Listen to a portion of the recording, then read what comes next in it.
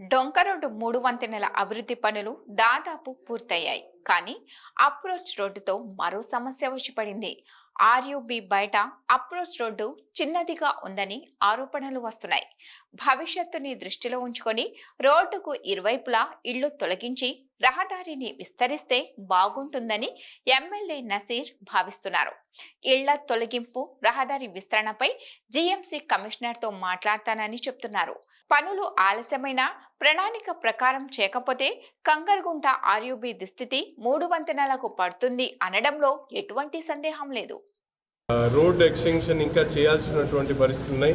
స్థానిక ప్రజలు, నాయకుల ఆలోచన పరంగా ఇక్కడ 50 అడుగులు ఉన్నటువంటి వెంట్తో సమానంగా మెయిన్ రోడ్ నుంచి వచ్చేటువంటి అప్రోచ్ రోడ్ కూడా దాదాపు 50 అడుగులు కావాలని చెప్పి డిమాండ్ చేయడంతో ఇక్కడ ఉన్నటువంటి కొన్ని నిర్మాణాలని తొలగించాల్సినటువంటి అవసరం ఉంది. దాని మీద నగరపాలక సంస్థ అధికారులతో అలాగే రైల్వే అధికారులతో సంప్రదించి ప్రజల కోరిక మేరకు ఇక్కడ, ఎందుకంటే ఎక్కువ కాలం పాటు ఇక్కడ ఎక్కువ ట్రాఫిక్ ప్రవహించేటువంటి ప్రదేశం కాబట్టి వెంట్కి సరిపడా అటువంటి అప్రోచ్ రోడ్ కూడా అవసరం కాబట్టి దీని మీద రైల్వే అధికారులు పూర్తిగా అలాగే నగరపాలక సంస్థ అధికారులు దృష్టి పెట్టకపోవడంతో ఈ రోడ్డు కొద్దిగా వెడల్పు తగ్గింది. దాన్ని వెంటనే పునర్నిర్మాణం చేసి 50 అడుగులు రోడ్డు అప్రోచ్ రోడ్తో పాటు డ్రైన్ టు డ్రైన్ 60 అడుగులు ఉండేటువంటి విధంగా ఏర్పాటు చేయాలని చెప్పి నగరపాలక సంస్థ అధికారులను కోరడం జరుగుతూ ఉంది.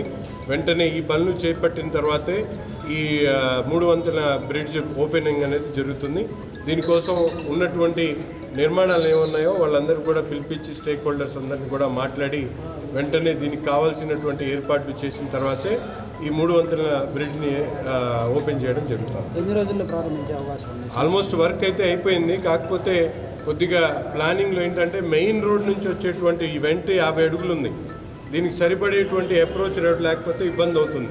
అప్రోచ్ రోడ్ 40 అడుగులు మాత్రమే ఉంది కాబట్టి వెంట్కి తగినట్టు 50 అడుగులు approach road, drain to drain 60 అడుగుల రోడ్ని నిర్మాణం చేసేటువంటి కార్యక్రమం చేపట్టిన తర్వాతే ఈ 3 వంతెనల బ్రిడ్జ్ని ఓపెన్ చేయడం జరుగుతుంది.